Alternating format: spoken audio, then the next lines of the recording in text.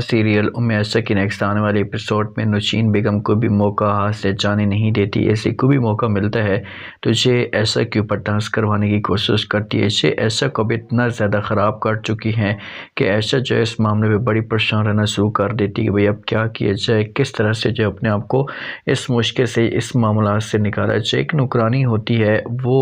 بڑی پریشان ہوتی ہے، تو عائشہ جب اسے پریشان دیکھتی ہے اس کے ساتھ جا کر بات کرتی ہوئی کہتی کہ آپ کس وجہ سے اتنی پریشان ہیں، تو نوکرانی بتا دیتی اور کہتی کہ میرے پاس پیسے نہیں اور میرے بیٹے کا آپریشن ہے، مجھے سمجھ نہیں آ رہی کہ میں کیا کروں۔ تو عائشہ ایک اچھا ڈیسیجن لیتی ہے کہ اس کے پاس پیسے تو نہیں ہوتے لیکن والد کی نشانی ہوتی ہے اور یہ چاہتی ہے ایک گولڈ رنگ ہوتی ہے اور یہ جا کر دے دیتی ہے اور کہتی کہ دیکھو کہ آپ اپنا اس کو بیچ کر اپنے بیٹے کے آپریشن کے جتنے بھی پیسے ہوتے ہیں اسے جا کر پورے کروا دیں۔ تو جب یہ گولڈ دے رہی ہوتی ہے اس نوکرانی کو رنگ، تو نوکرانی جو ہوتی ہے یہ شکریہ ادا کرتی ہے، لیکن نوشین بیگم جو ہوتی ہے نا یہ سارا کا سارا ماحول دیکھ لیتی ہے۔ اب جب نوشین بیگم یہ ماحول دیکھتی ہے تو اسے تو بڑا غصہ آتا ہے کہ آخرکار اس نے نوکرانی کو یہ سب کچھ کیوں دیا، اس کا حق بنتا تھا کہ مجھ سے اجازت مانگتی جب میرے ساتھ یہ بات شیئر کرتی اور اس کے بعد پھر یہ کوئی بھی ڈیسیجن لیتی تو بعد میں دیکھا جاتا۔ تو یہ اب جاتی ہے اپنے ہسبینڈ کے پاس اور اپنے جو وہ اس کے بیٹے کے پاس جا کر جو وہ باتیں بڑھا چڑھا کر بتانا شروع کر دیتی اور کہتی بس بہت ہو گیا،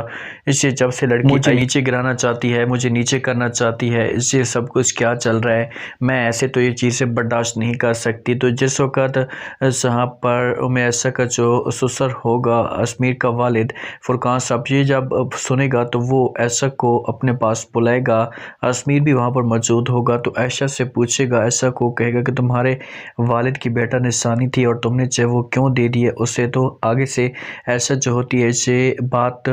بتانے کی کوشش کرتی ہے، تو نوشین بیگم بیچ میں بول پڑتی اور کہتی کہ بھئی اسے کیا فرق پڑتا ہے، یہ صرف اور صرف اپنی جو وہ ساس کو نیچا کروانا چاہتی ہے، اچھی بن کر نیک بن کر کہ بھئی یہ جو اپنے ملازموں کی مدد کرتی اور میں مدد تک نہیں کرتی۔ تو ایسا یہ بات سنتی ہے تو جواب دیتی اور کہتی کہ نہیں ایسی کوئی بھی بات نہیں ہے، آپ لوگ غلط سمجھ رہے ہیں، میں نے کبھی بھی ایسا نہیں سوچا اور نہ ہی میرے دماغ کے اندر کوئی ایسی بات ہے، میں صرف اور صرف آپ لوگوں کو اسے اس وجہ سے میں نے پیسے دیے ہیں کہ اسے پیسے ضرورت تھے، اس نے اپنے بیٹے کا آپریشن کروانا تھا تو میں نے مدد کر دی ہے۔ اسمیر جب یہ بات سنتے تو یہ صاف الفاظ میں انکار کر دیتا اور کہتا ہے کہ عائشہ جو ماں بات کہہ رہی ہے ٹھیک کہہ رہی ہے، آپ کا حق بنتا تھا کہ آپ جو وہ کوئی بھی اس طرح کا ڈیسیجن لے رہی تھی تو کم از کم آپ ہمارے ساتھ شیئر کرتی، ماما کے ساتھ بتاتی، آپ واقعی میری ماں کو نیچا کروانا چاہتی ہیں، اسی وجہ سے سکی حرکتیں کر رہی ہیں۔ جب یہ بات عائشہ سنتی ہے، اب عائشہ کے پاس تو کسی قسم کا کوئی بھی جواب نہیں ہوتا، شاید کسی قسم کے کوئی بھی الفاظ نہیں ہوتے، تو بیچاری چپ ہو جاتی ہے،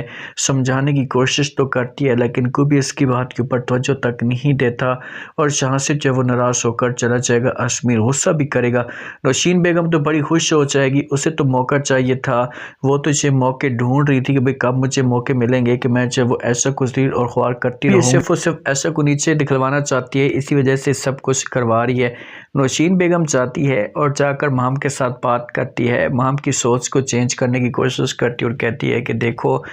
تم اور جب بھی اسمیر ایک ساتھ ہوتے ہو تو مجھے بہت خوشی ہوتی ہے اور مجھے پورا یقین ہے کہ تم دونوں ایک دوسرے کو پسند بھی کرتے ہو، تو تم نے کیا سوچا ہے شادی کے بارے میں، تم کیا کرو گے، کیا شادی کرنے کے لیے تیار ہو جاؤ گی۔ تو یہ بات جب جہاں پر مام سنے گی تو مام شاہ پر بڑا پیارا جواب دے گی، مام ایسے کہے گی کہ ٹھیک ہے میں شادی کرنے کے لیے تیار ہوں، مجھے کسی قسم کا کوئی مسئلہ نہیں ہے لیکن میری ایک شرط ہے۔ تو نوشین بیگم جب یہ بات سنے گی تو پوچھے گی کہ بھئی کون سی شرط ہے بتا دو، تو مام جو ہوگی یہ بتائے گی، اسے کہے گی کہ بھئی میں شادی کروں گی لیکن تیسرا بندہ ہمارے بیچ بالکل بھی نہیں ہونا چاہیے، ایسا جو وہ بیچ میں نہیں آنی چاہیے۔ تو نوشین بیگم یہ بات سنے گی تو اسے جواب دے گی، اسے کہے گی کہ بھئی آپ کو فل اتھارٹی ہے، آپ جو کچھ بھی کرنا چاہتی ہیں کریں، مجھے کسی قسم کا کوئی بھی اعتراض نہیں ہے، آپ کر سکتی ہیں، لیکن پلیز جو وہ تھوڑا سا احتیاط سے اور اس طرح سے مجبور کرنے کی کوشش کرنی ہے کہ سب کچھ جو وہ ہمارے کنٹرول میں ہو جائے اور آخر کار جو ایسا بھی یہ گھر چھوڑ کر چلی جائے۔ اسمیر کو سمجھانے کی کوشش کرتی ہے دادو، اسے کہتی کہ دیکھو اسمیر آپ کو میری یہ باتیں بری لگیں گی لیکن میں اتنا بتا دوں کہ ایسا تمہارا بہت زیادہ خیال کرتی ہے، بہت آپ کی کیئر کرتی ہے، بہت پسند کرتی ہے تمہیں، تو تم اس کے ساتھ ناانصافی کیوں کر رہے ہو، کیوں اس کے ساتھ ایسا کر رہے ہو۔ تو یہ بات اسمیر سنتا ہے تو یہ فوراً جواب دیتا ہے اور کہتا ہے کہ دادو جان کیا آپ کو یہ سب کچھ جو ہے وہ ایسا نے کہا ہے۔ تو دادا جان جب یہ بات سنے گی تو صاف الفاظ میں انکار کرتے گی اور کہے گی مجھے اس نے ایسا کچھ بھی نہیں کہا، میں صرف آپ کو بتانا چاہتی ہوں، آپ کو سمجھانا چاہتی ہوں، میں نے یہ چیزیں نوٹ کی ہیں، وہ آپ کے ساتھ بے پناہ محبت کرتی ہے، آپ کو چاہتی ہے، تو پلیز آپ اس کے ساتھ ٹھیک رہیں، آپ کو ایسی بیوی کبھی زندگی میں بھی نہیں ملے گی۔ تو اسمیر کے دل کو یہ باتیں سن کر سکون تو ملے گا، لیکن جو جہاں پر مام اور نوشین بیگم ہوں گے یہ زور ٹانگ اڑانے کی کوشش کریں گے۔ ماں عائشہ آتی بھی ہے اور آ کر اسمیر کو سمجھانے کی کوشش بھی کرتی ہے، یقین بھی دلاتی، لیکن اسمیر جو ہوتا ہے یہ بات اس حساب سے نہیں سنتا اور غصے سے یہاں سے چلا جاتا ہے۔ تو اس چیز کا مہام اور جو نوشین ہوگی یہ فائدہ اٹھانے کی کوشش ضرور